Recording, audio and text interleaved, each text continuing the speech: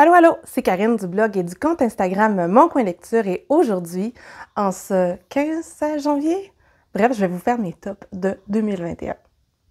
C'est une vidéo que j'ai toujours aimé faire parce que parler des livres que j'aime et genre les faire acheter à tout le monde, c'est vraiment un trip pour moi. J'ai toujours aimé ça, c'est pour ça que j'ai commencé à bloguer il y a longtemps d'ailleurs. Je vais commencer par vous parler un peu de mon année de lecture 2021. Après ça, je vais vous parler de mes favoris en roman adulte, mes favoris en roman jeunesse et finalement mes graphiques préférés. Si vous aimez la vidéo, n'hésitez pas à vous abonner, à faire un like, ça fait toujours plaisir. J'en fais pas si souvent des vidéos en fait. J'ai besoin d'une petite motivation des fois. Je sais pas pourquoi je dis ça. 2021, que dire de toi? C'était pas ma meilleure année. En fait, tous ceux qui ont vécu 2020 et 2021 savent que ça a été des années pas faciles, surtout quand on travaille dans un hôpital. C'était épique. On va dire ça de cette façon-là. Ça a repoussé nos limites. 2020, l'année passée, ça a quand même été pas trop pire. 2021, j'ai passé l'année sur la batterie de secours. Ça a quand même eu une influence sur mes lectures, pas sur les chiffres, mais sur la façon de lire. C'est-à-dire que j'ai lu 166 ouvrages, mais je les ai pas tous lus papier. J'ai écouté beaucoup d'audiobooks, ce qui me demande beaucoup moins de cerveau, en fait. J'étais capable de faire ça en jouant à Pokémon dans l'auto. Ouais. Bienvenue dans ma vie. On dirait que j'arrivais le soir, là, puis mon cerveau, c'était de la bouillie pour les chats. Juste m'imaginer ouvrir un livre, c'était too much. 166 ouvrages, un peu plus de 50 000 pages. J'avais quand même un bon bassin pour vous choisir mes romans préférés. Of course, ce n'est pas seulement des romans qui sont sortis en 2021, ce sont les romans que j'ai lus en 2021, comme tout le monde en fait. Alors, allons-y, Guim. Si je n'avais à retenir qu'un seul livre en 2021, ce serait Notre part de nuit de Mariana Enriquez. Je n'ai parlé 50 fois. C'est un roman qui est foisonnant, qui est envoûtant, qui nous amène complètement ailleurs. On est en Argentine. Quand le roman s'ouvre, c'est sur un père et un fils qui fuient quelque chose. Le papa est malade, il veut protéger son garçon, mais en même temps, il est pris dans quelque chose qui le dépasse. Et ce roman-là nous dépasse. L'écriture, l'atmosphère dans tout ça, c'est incroyable. C'est un genre de roman qui est plus grand que nature. Tu sais, quand on lit ça, là, on se dit, moi, une chance, je n'essaye pas d'être écrivaine, je me sentirais tellement tout petite à côté de ça. Les personnages sont tout en teinte de gris. Il n'y a rien qui est aussi simple que ce qu'on peut croire au début. En arrière-plan, on a une Argentine à feu et à sang. Et nos personnages principaux sont pris dans un culte où on a des gens très influents qui recherchent l'immortalité et ils sont prêts à tout pour ça.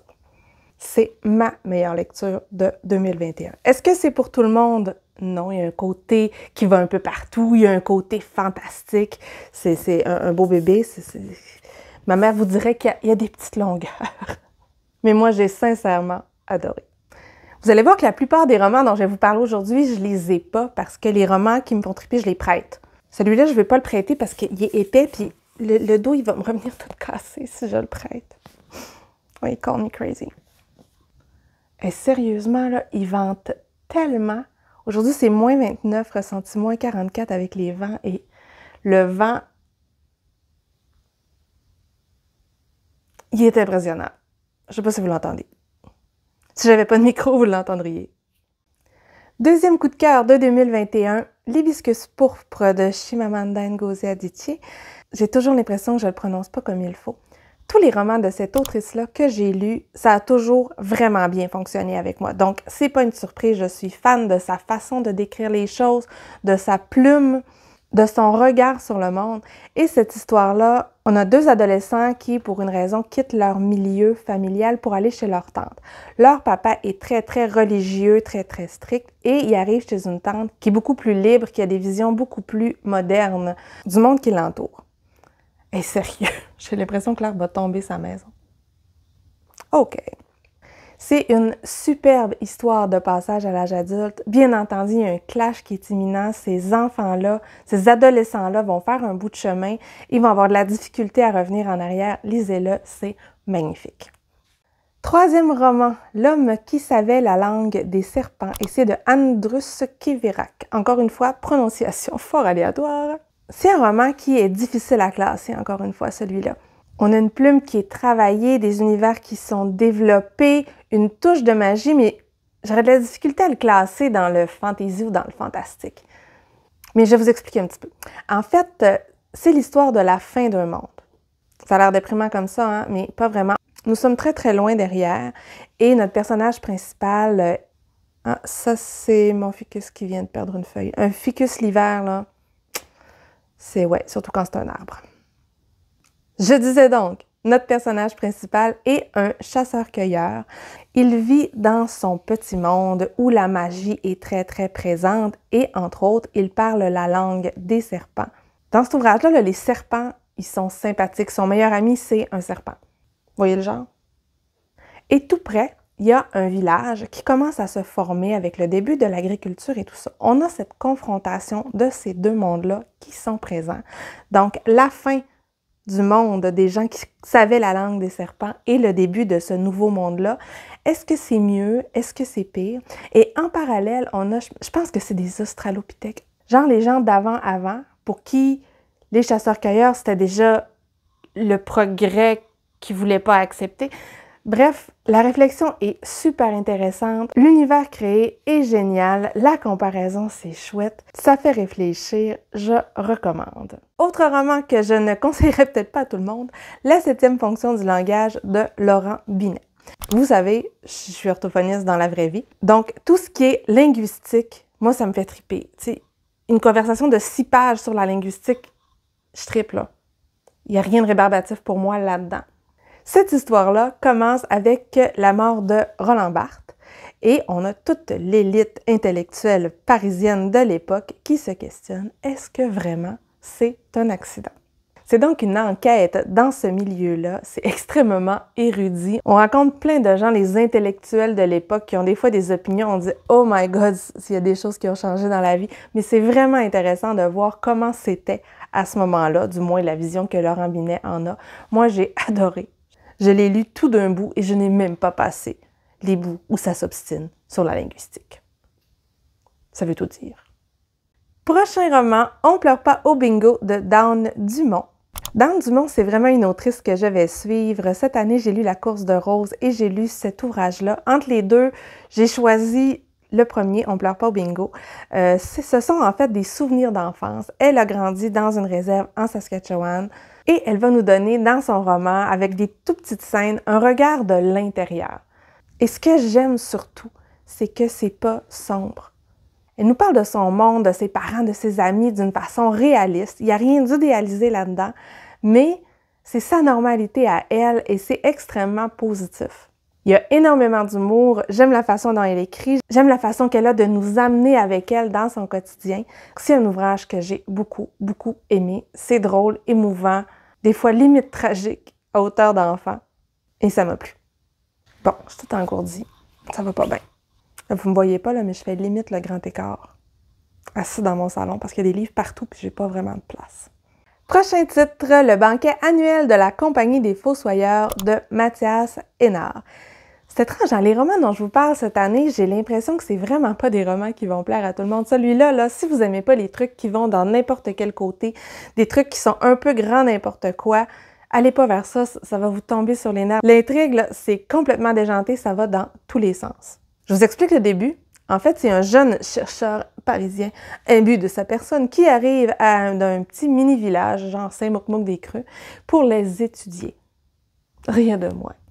Il veut faire la grande étude du 21e siècle sur la vie rurale française. Il arrive avec ses préjugés et sa condescendance et il s'installe. La première partie, on est là-dedans. Il est détestable. Il est détestable, mais c'est drôle.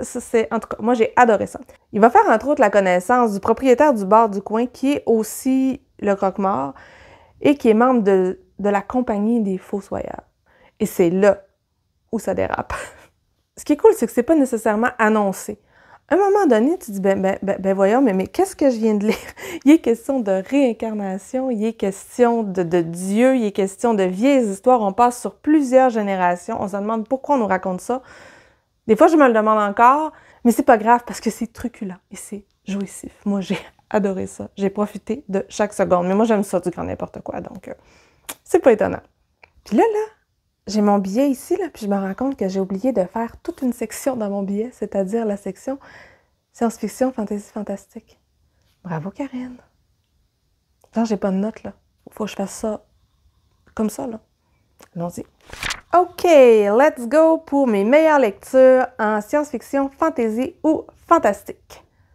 J'en ai 3 dont je vais vous parler aujourd'hui et le premier, en fait, je vais vous parler d'une série parce que les 3 sont tout aussi géniaux les uns que les autres et c'est la série de La Terre fracturée par N.K. Jemisin. Toute la série est top et c'est tout ce que j'aime, c'est-à-dire un univers original, des personnages qui sont tout sauf unidimensionnels, c'est-à-dire qu'il n'y a personne de parfait là-dedans, tout est en teinte de gris. C'est des personnages qui sonnent vrais, qui prennent des décisions de merde des fois, mais c'est pas grave. Ils sonnent profondément humains et ça me plaît. La narration est atypique. On commence avec 3 personnages différents, 3 femmes, que nous allons voir évoluer dans ce monde-là. Ce monde-là va pas super bien. On a des saisons et on se dirige vers la 5e saison. La 5e saison, là, tout le monde doit se rassembler parce que c'est difficile de survivre. On s'en va là-dedans et tous les personnages vont devoir faire leur bout de chemin pour survivre à cette saison-là qui s'en vient graduellement. On a entre autres une héroïne qui va être remise aux autorités assez jeune parce qu'elle semble avoir des pouvoirs particuliers, elle doit faire des apprentissages. On n'est pas à Poudlard ici, c'est pas trippant leur apprentissage. Et je vais pas trop en dire et je vous laisse découvrir la suite, mais sincèrement, c'est une série qui vaut la peine d'être lue. Si vous aimez les récits un peu poétiques et les voyages dans le temps, ou même les récits épistolaires, je vous conseille This is How You Lose the Time War, qui est traduit par Les oiseaux, une histoire d'oiseaux, les oiseaux du temps, le temps des oiseaux, en tout cas, de quoi de même. Et nous sommes avec 2 agentes secrètes qui travaillent chacun pour leur camp.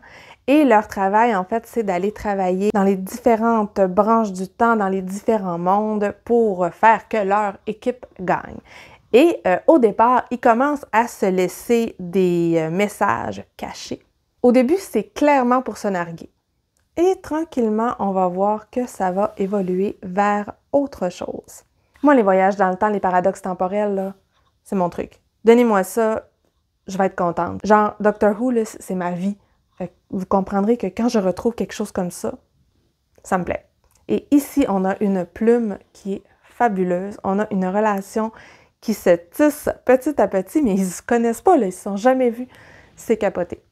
J'ai adoré ce court roman. C'est une novella, en fait. C'est mini. Je conseille. Et le dernier, un autre tout petit roman qui est Piranesi, qui a été traduit par Piranèse, et c'est de Susanna Clarke. C'est elle qui avait écrit Jonathan Strange and Mr. Norrell, qui était une espèce de brique de 1300 pages. Donc, si vous avez tripé sur Jonathan Strange, puis vous voulez la même affaire, là, on n'est pas là-dedans, là. Pas du tout. C'est totalement autre chose. C'est un roman d'atmosphère, surtout. Et moi, c'est ça que j'ai aimé. Je vous en dirai pas trop, mais on a un personnage qui se fait appeler Piranesi et qui habite dans la maison avec un M majuscule. Moi, j'ai lu en anglais, donc c'était un H majuscule. Et pour lui, ce monde-là, c'est tout. La maison, elle semble interminable, elle est pleine de statues, elle se fait fréquemment inonder, donc il vit avec les marées, il vit de la pêche et l'univers, c'est fou. J'en ai rêvé de cette maison-là. Le dénouement pourrait décevoir, moi ça m'a vraiment plu, mais c'est l'ambiance, sérieux, je suis vraiment une lectrice d'ambiance, mais sérieux, c'était cool. Allons-y pour tout ce qui est jeunesse. C'est surtout du Young Adult que j'ai cette année à vous parler. Le premier, je vais vous parler des chroniques de l'érable et du cerisier. C'est de Camille Monceau. C'est chez Gallimard Jeunesse. J'ai ici le tome 2. Et vous avez vu? Moi, mettez-moi ça, là, puis je suis vendue. Mais c'est pas pour ça que je vous le montre. Contrairement à ce que plusieurs ont pensé, c'est pas de la fantaisie. C'est vraiment un roman historique qui se déroule au Japon. L'autrice y a habité, elle a toujours fait des recherches là-dessus. C'est l'histoire d'un jeune garçon qui a été élevé par un maître dans la forêt. Et un jour, il va voir sa vie bouleversée parce que son maître va être assassiné quelques jours après l'arrivée chez lui d'un mystérieux sabre. Il va se sauver, il va faire toutes sortes de rencontres et tenter de survivre. Ça, c'est le début du premier tome. Ce qui est chouette dans tout ça, c'est qu'on peut voir plusieurs aspects de la culture japonaise. Dans le premier tome, il y a beaucoup de théâtre, autant le théâtre de No que le théâtre kabuki. C'est super chouette de voir ça. Le deuxième tome est beaucoup plus guerrier, mais quand même ça se tient et c'est une histoire qui, moi, m'a passionnée. J'ai certaines copines qui ont trouvé ça lent. Oui, il y a des côtés contemplatifs. Il y a des bouts qui sont pleins d'action, il y a des bouts qui sont beaucoup plus calmes, mais moi, j'aime ça. Ça me dérange pas. J'ai plutôt un problème quand il y a trop d'action, quand on prend jamais le temps de se poser, là, ça me gosse, mais l'autrice a réussi à créer une atmosphère, à nous amener dans le Japon médiéval et en même temps à nous raconter son histoire, donc c'est fort chouette. J'ai aussi beaucoup aimé Elatsui de Darcy Little Badger, je ne sais pas comment on le prononce. C'est une histoire qui se déroule dans un monde fantastique, c'est-à-dire c'est notre monde, mais différent quand même, parce qu'il y a plein de créatures surnaturelles et on est aussi dans la mythologie Apache, Lipan Apache, surtout. Ce qui est drôle, c'est que je l'avais pris au départ dans mon Cold Winter Challenge parce que je me disais, ça fait neige, mais en fait, non, pas du tout. On est au Texas, ça fait 42, là, c'est zéro hiver dans tout ça. La couverture, c'est parce qu'on est avec une jeune fille qui est autochtone, qui est née dans une communauté Apache et c'est son chien fantôme. Son meilleur ami, c'est un chien fantôme parce qu'elle a ce pouvoir-là, elle, de ramener les fantômes, comme plusieurs membres de sa famille et entre autres son arrière-grand-mère qui était une héroïne méconnue de l'histoire américaine parce qu'elle a sauvé le monde plusieurs fois dans cette mythologie-là. Et l'histoire commence quand son cousin va avoir un accident et va mourir.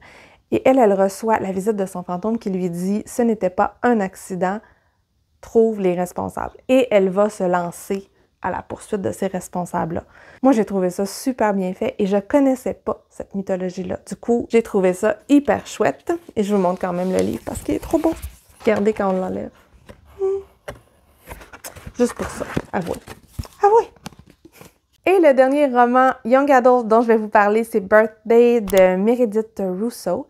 C'est une autrice trans qui nous parle d'un personnage trans également. En fait, c'est l'histoire de deux amis qui se connaissent depuis l'enfance. Leurs deux familles sont amies et ils vont passer leur anniversaire ensemble chaque année. La structure du texte, elle est hyper intéressante parce qu'on va voir les deux jeunes une fois par année à cet anniversaire-là et un des deux personnages qui est né garçon ne se sent définitivement pas bien dans sa peau et on va le voir évoluer une fois par année jusqu'à la fin de cette histoire-là. C'est extrêmement touchant, extrêmement sensible. C'est une histoire que j'ai adorée encore plus que l'autre roman de l'autrice que j'avais lu il y a quelques années. Il y a une super belle histoire d'amour. C'est triste, mais c'est chou aussi. Donc, ouais. Finalement, les bandes dessinées et les graphiques. J'en ai plusieurs, je ne les ai pas tous parce qu'il y en a beaucoup que j'ai emprunté à la bibliothèque, mais on va y aller. Donc, mon roman graphique préféré cette année, c'était Les oiseaux ne se retournent pas de Nadia Naclé. Je sais pas comment on le prononce. J'ai de la misère à prononcer aujourd'hui. C'est une histoire super belle, super touchante, triste et... Merde, faut pas toucher mon micro. Triste et belle à la fois. C'est l'histoire d'une jeune fille qui doit quitter son pays parce que son pays est en guerre, elle est en danger. Elle part avec les voisins, elle devrait les suivre, mais ils vont être séparés. Elle va devoir se débrouiller toute seule. Dans cette histoire-là, qui la dépasse, elle va rencontrer toutes sortes de gens, dont un musicien. C'est une histoire qui est magnifique et qu'on doit lire. Et les images, je suis vraiment déçue de ne pas les avoir parce que c'est tellement beau, là. C'est souvent très sombre avec des teintes de rouge. C'est de toute beauté. Sincèrement, il faut le lire. Ensuite, une espèce de chef-d'œuvre graphique, L'accident de chasse de David Carlson et de Landis Blair. C'est une histoire de secret de famille, tout en noir et blanc. Je vous montre quelques planches. Hop. C'est l'histoire d'un jeune garçon qui pense bien connaître son père, mais à un moment donné, la police va arriver et là, son papa va lui raconter. C'est une histoire qui est extrêmement poignante. En arrière-plan, on a, même pas en arrière-plan, elle est présente tout le long, on a la Divine Comédie de Dante. Ça parle de littérature, ça parle de rédemption, c'est tellement beau. Sincèrement, c'est un chef-d'œuvre. Et ça donne envie de relire la Divine Comédie. Est-ce que je vous ai montré mon édition de la Divine Comédie? Attendez. Et où? Donc, voilà, cette superbe édition de la Divine Comédie. C'est illustré par Doré. Je vous montre quelques images. Regardez ça. C'est super beau. Je le relis petit à petit.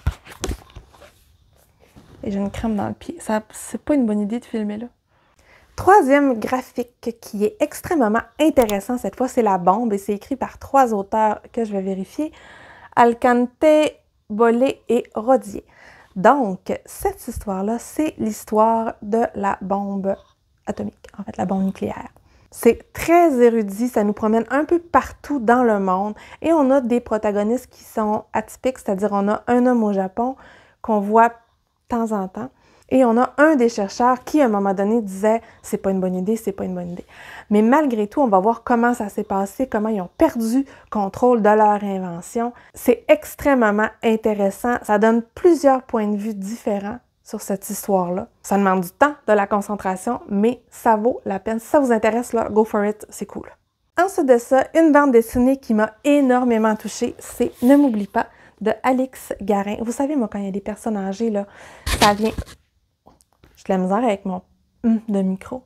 Je disais que ça venait vraiment me chercher. On a l'histoire de Clémence, qui est ici, qui est une jeune fille, dont la grand-mère souffre d'Alzheimer et ils décident de faire un voyage ensemble pour revoir la terre d'enfance de sa grand-maman. C'est beau, c'est touchant. On se demande tout le long, est-ce que c'est une fuite? Est-ce que c'est une tentative de se retrouver? Est-ce que c'est une tentative de se dire au revoir? C'est surtout très, très humain. Je vous montre quelques planches. Donc, on est avec ce genre d'illustration-là ici. Il y a des moments là qui sont complètement déchirants.